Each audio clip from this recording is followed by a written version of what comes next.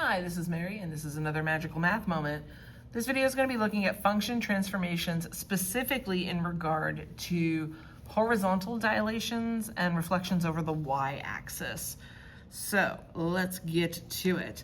With reflections, if the b value here is a negative, we are going to reflect over the y-axis. If it's positive, it just stays the same. And then there's the dilation.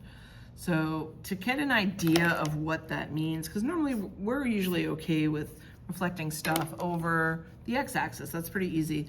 But if it's something like y, it can be a little bit sneakier, right? So you just have to be careful of that. With lines, especially, like if I've got the line y equals x, and then I've got the line y equals negative x, it's really just going to be whatever I plug in there, it's just really still gonna I'm gonna pull that negative out, it's gonna be y equals negative x. So it's gonna go like that, which makes sense if you think about it, right? So like this is reflected over there, this piece reflected over there. Okay, it's a little strange, but it's not horrible, so just hang in there. Now where it gets weird is with the horizontal dilations, because they're very strange. So you've got that b value that's gonna be inside parentheses. So you're gonna take whatever that b is and then flip it, so reciprocal, and that's what you're gonna be examining, okay? Reciprocal, I can spell reciprocal, okay. It's been a long day, friends. Okay, so if you've got 1 over some number, a little fraction less than 1, that's gonna be a horizontal shrink.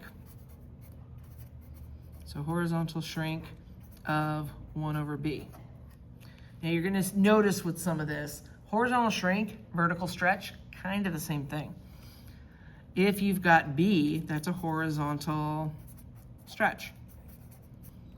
Stretch of b, which looks like a vertical shrink, okay? So remember, vertical shrink widens out, wide. So that means the horizontal stretch is gonna be wide.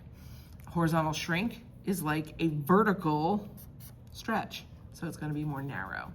So just kind of keep that in your mind. Okay, wow, narrow. Hopefully you know how to spell that. All right, let's see what's going on here. So we have y equals x, so we know, I keep doing that. Here's our parent function, it's so pretty. Now I've got this 1/2 here, and so I would flip that over and I would say this is a horizontal stretch of 2. So to graph this thing, it's pretty much the same thing as just 1/2 x, right? So we're gonna go here, up 1 over 2, ta-da, horizontal stretch. The point that was here at 1, 1 was stretched out that way. It's also like a vertical shrink where it goes down, okay? Excuse me. It's very strange, but just kind of keep going with it. You'll see what happens. Here, I've got y is 2x, so it's in there. So this, the reciprocal is 1/2. This is a horizontal shrink of 1/2, which is much like a vertical stretch. So if I look at this, this is the same thing as 2x. Here I am. I'm gonna go up 2 over 1. Ta-da, oh my gosh. We're gonna pretend that's a straight line. So this is like a vertical stretch, right? Like I'd be pulling that up. Or I could think of it like a horizontal shrink. So I'm kind of pulling over a little, which is weird. So yeah, that's the linear part of it. Let's talk about the quadratics real quick. So we're just gonna go ahead. All these are positive just to make our lives easier. So let's see, we're gonna do our beautiful pattern. I hope you all know it by now. We're gonna go like so. So start at the origin, up 1 over 1, then up 3 over 1. Oh, that was so nice until that little piece. All right, so here's 2. So this is going to be a horizontal shrink of 1/2. Now, if we were gonna graph this like normal, we could distribute that squared in. So this is the same thing as 4x squared. You know that that's a vertical stretch. So to graph this thing, we're gonna go up 4 over 1. Haha. It's more narrow. So vertical stretch, horizontal shrink, same idea. Over here, I've got a 1/3. That means I'm going to flip it to 3. That's larger than 1, so it's a horizontal stretch of 3. Okay, so again, if we distribute the squared in, that's going to give us a function. 1/3 squared is 1/9? Ew, x squared. All right, so if I put a 3 in here, 3 squared is 9, and a ninth of 9 is 1. So I'm going to end up at the point 3, 1. So it's going to look like that. Oh, I didn't put my point. Okay, there we go. And it's kind of like a slope, isn't it? 1/3. Yeah, interesting. Okay. Well, let's see what else is going on. Absolute value. This is the weird one. This is where people get very upset.